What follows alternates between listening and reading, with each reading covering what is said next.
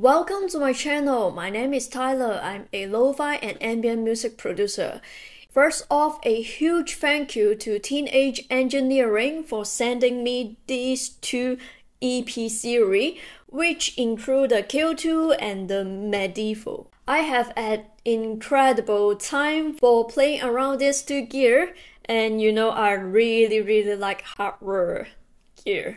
This video, I will dive into what's the difference between these two sampler and what is the limitation about these two sampler, and also I will compare with other sampler with the SP-44, and also I will demonstrate how I would use the sampler to create ambient music, which is I always enjoy to play ambient music in hardware because it is super easy. Just take a gear and just sit into anywhere and then you can just play around and relaxing. So I rarely to use the hardware gear to create lo-fi because I'm the person love to make lo-fi with the instrument. I love playing chord melody in my instrument. So for the hardware, I really enjoy to play ambient on it. So if you are looking for some gear to play ambient music, so you are in the right place. And hopefully this can help you to decide is it right for you. So let's dive in. So the first thing I will talk about the differences between the K.O and the Medieval. So you can see basically the design is the same, it is just the outlook a little bit different.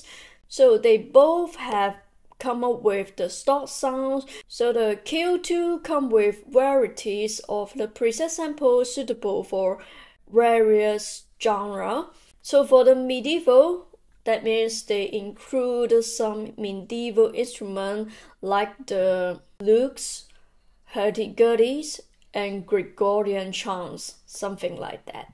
The next one is the memories.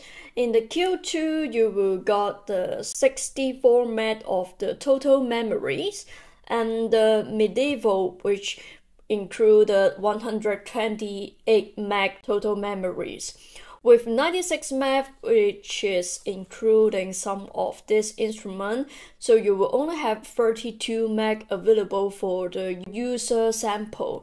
So you can also delete all the source down and just put all your sample. And also recently for the K.O, they upgraded for the 2.0, which include more feature like the hand-free sampling, song mode, and sidechain, and also you can pay polyphonic. And while the Medieval don't have this feature on it, but you got the extra arpeggiator on this one. For the workflow, both devices share a similar workflow, which is very easy to switch on it. To be honest, it is cool to have both, and then you can just combine the sounds, and also you know the internal memory is a little bit limited. So when you combine both together to use it as a one instrument. For me in this combination, I will keep the drum sounds in the K.O. and the medieval. I will add a lot of like the instrument sounds, then I can control the drums on this one, and then more like playing the instrument sounds live performance, something like that, just like the performance that I include in the intro. So now I will going to play some sounds for you and give you have an idea what these two sounds like, and all it is from the stock sound. That means when you buy this one, it is included these sounds inside.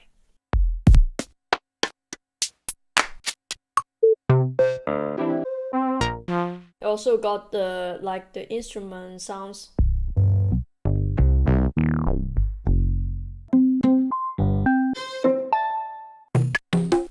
So right here it sounds like this.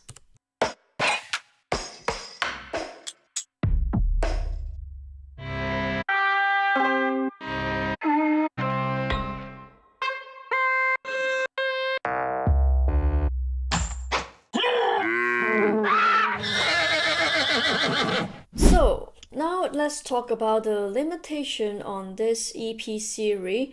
Basically, it is about the internal storage because they only got 64 meg, and even though 128 meg is still not be able to put a lot of sample on it, but sometimes limitation can help you to push you more creative to just using what you have to create music.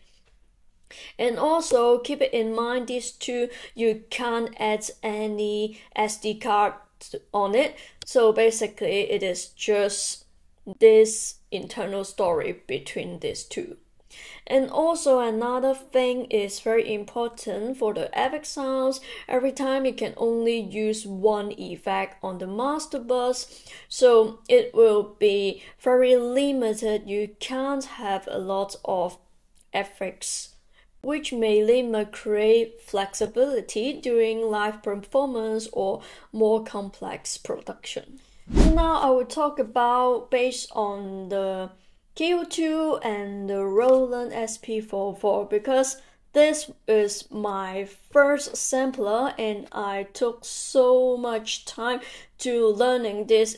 This one is super complex for me. I'm a person not very good at using sampler, and I found this one is super hard for me to create something. I think the workflow and you have so many diving and you need to resample the pad to create something. So I normally will use this SP-44 as a performance tool, and I just need to add different sample into the SP-44 and then just play around like the live performance, something like that.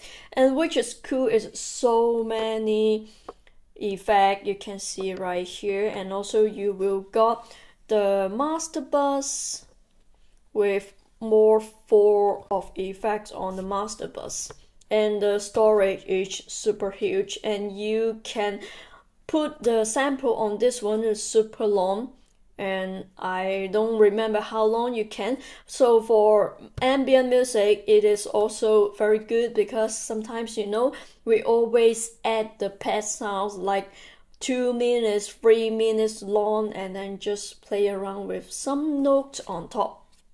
So every gear have pros and cons. I can't tell you which one is perfect, just based on your need to buy something that you affordable.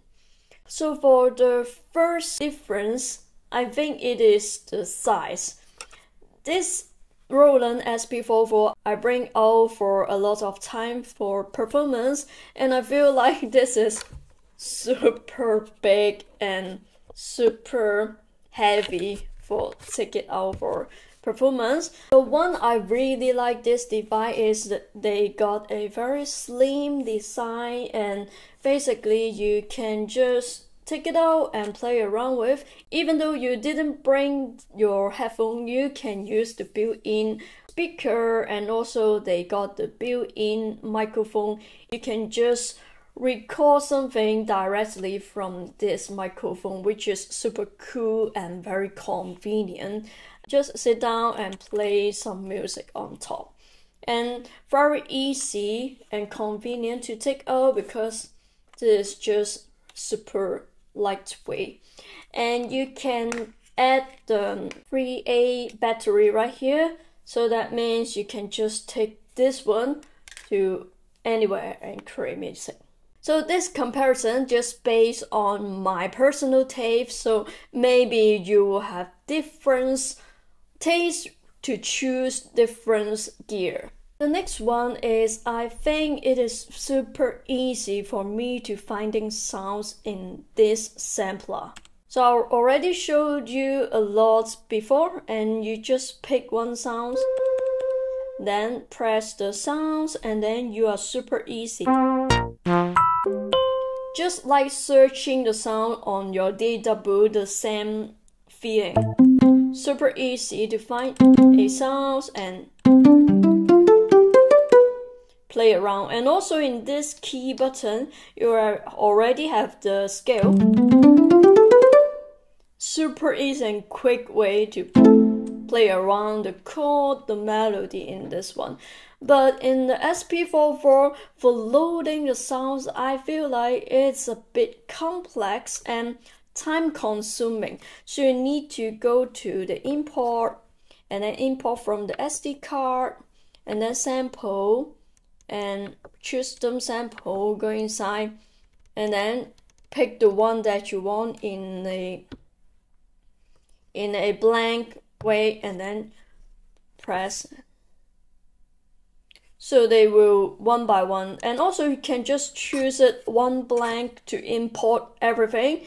But for me, because sometimes this sounds when I import it, maybe it does not fit the overall music production. And I need to go to find another sounds, and then I need to go in back to the page and choose it. And I feel like this really time consuming, and I love this workflow that is super easy to find all the sounds. So the next one I will talk about the pad sensitivities and feeling. For me, the SP-44 is kind of like super hard to play around with when I come with the finger drumming, because I have a lot of gear like the Aka MPK Mini. The feeling will be more like soft, but this one is super hard. And for the pad one, I really like the Novation feelings. This is the best pad in our overall gear. And I really like this pad feeling, even though it's just like some keyboard touching, it is super nice to play around with. So this is just my little comparison in this both device.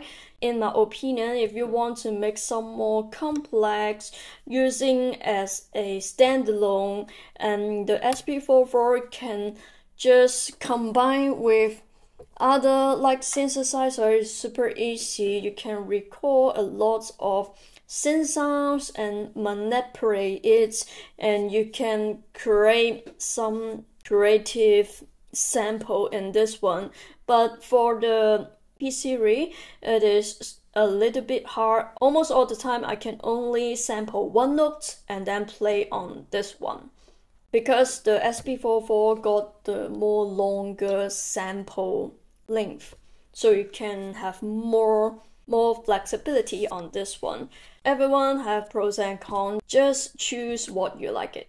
So now I'm going to use this device to make some ambient music, just like the one you hear in the intro.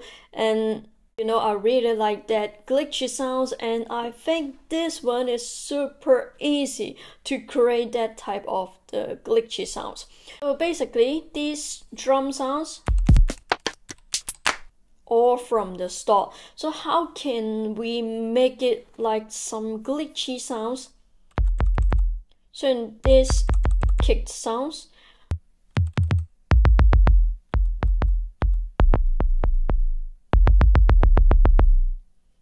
I think we can turn down the pitch, and you can hear the sounds already got some like very short. And then we can have some sound design on the envelope to make it super soft, something like this. So another one, maybe make some short snare. So you have this one. So this another snare sounds. So maybe the pitch. You already got this glitchy drum sounds.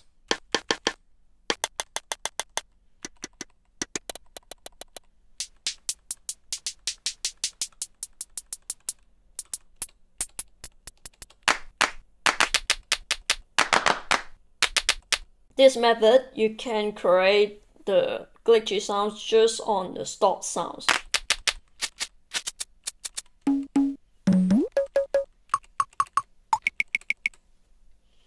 Then go to the envelope.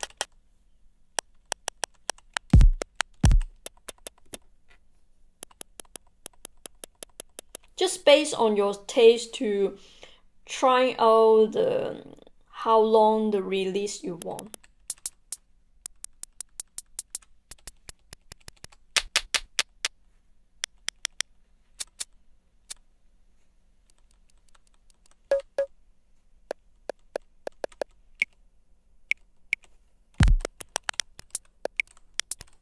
So now just set your tempo. You have two ways to enter the sounds in this sequence.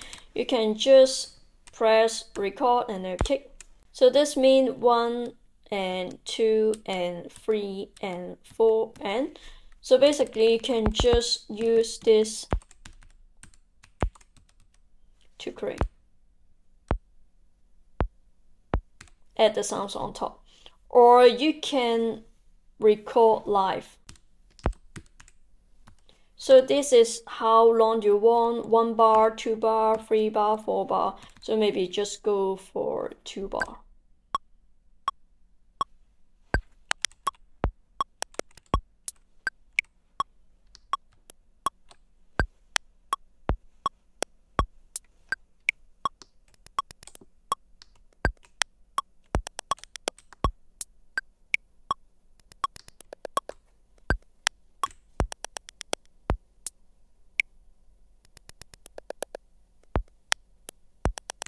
So then you got this glitchy sounds. So you can see I press this button when I'm recording. It just make it like some repeat sounds. And also you can twist the link. And then we can also twist it around with more like the low pass, high pass. And so in this group A, which is our drum sounds. And then in this fader, press the low pass, and then we can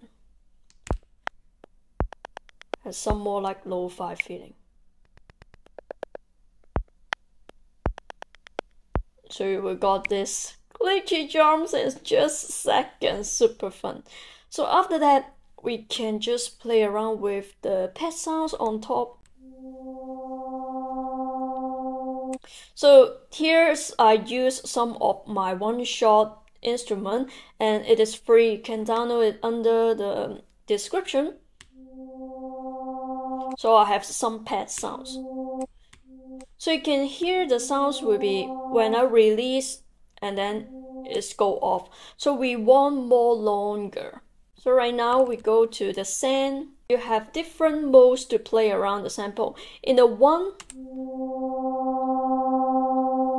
that means you press 1 and they will go through all the sample. In the key sounds, you can play chord. After that, when you take it off, the sounds will be going off. In the legato, they will cut off this before sound.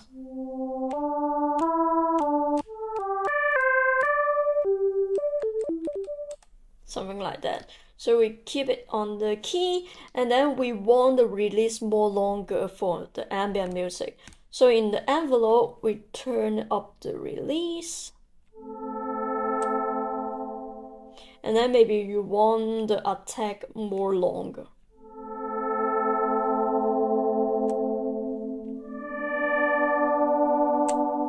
So you know already have the scale on this one. How can we do it? Is it on the system? So first press the shift and the system and go to the pad, enter, and go to the scale, and then we are already in the major scale. So you play everything will be on key.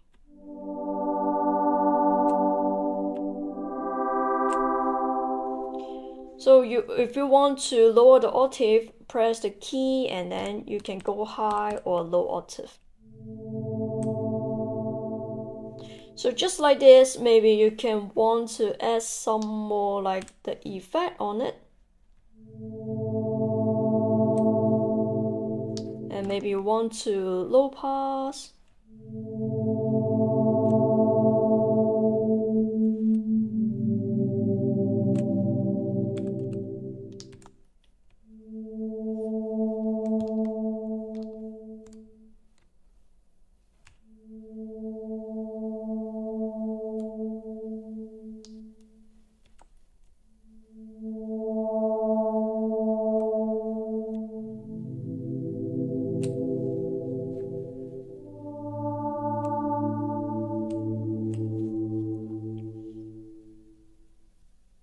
So after that, we can record the drone sounds below our drums. So first we want the tempo like 75, and just you can make anything. But for the record, maybe we want 4 bar.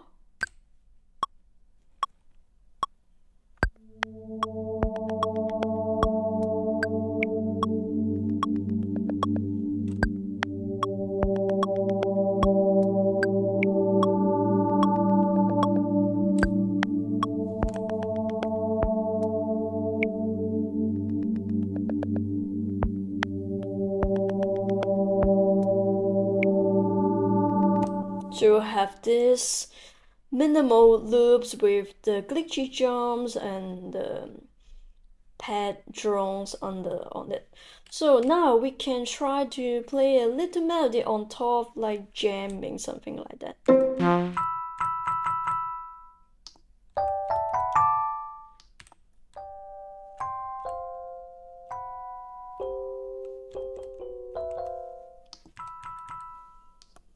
So finding a sound is super easy. I demonstrated before.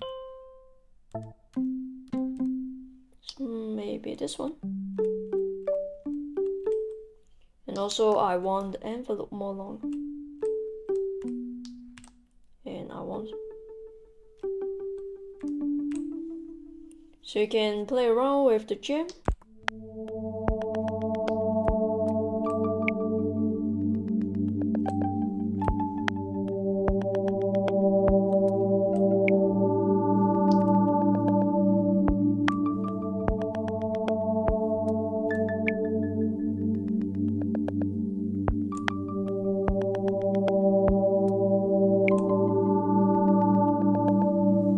And also you can play the effect.